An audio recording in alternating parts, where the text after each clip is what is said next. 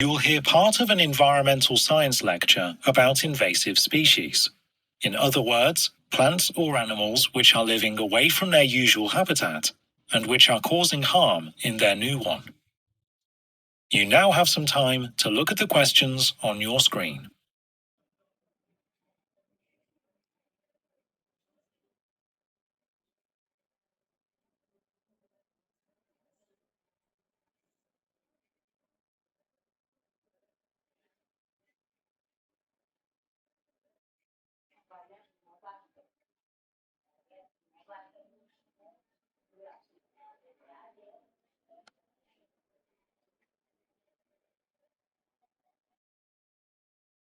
Now answer the questions on your screen. Right, so now I would like to focus on invasive species, which I'm defining as a plant or animal, which has become established outside of its usual range and is causing damage in its new location.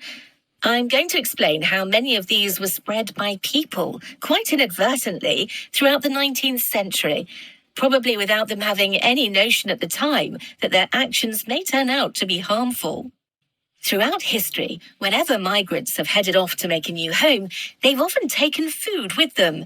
And a good example of this is the rabbits, which were first transported to Australia by migrants from Britain, starting a new life in the Southern Hemisphere. In 1859, a farmer took a group of a dozen or so rabbits to a place called Barron Park, just east of Melbourne, and let them go. We can't know his reasoning, but within 50 years of this release, that same species of rabbits occupied much of the Australian continent and were causing difficulties by devouring grass that was intended for sheep to consume and managing to out-eat them.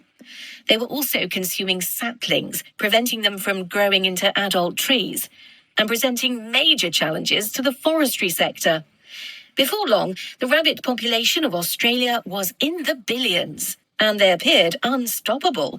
Even the fences erected in haste to prevent their continued migration were unable to do so. It's a problem that Australia is struggling with to this day. But back in the 1860s, if someone wanted to import animals for a new business venture, there was nothing to prevent it. That's what happened with a Frenchman called Etienne Trouvelot, who introduced the gypsy moth from Europe to the United States, in the hope that the silk produced by the worm could be used for the manufacture of clothing. Well, of course it couldn't.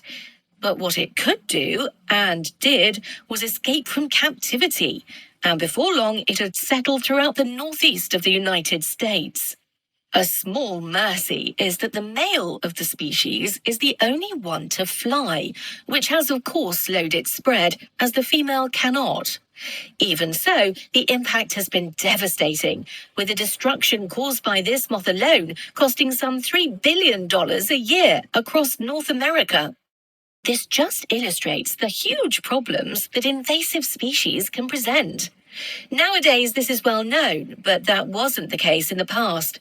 In those days, there was a great deal of interest in the idea of acclimatization, the idea that you could benefit the ecology of one region by introducing variety in the form of species from another region.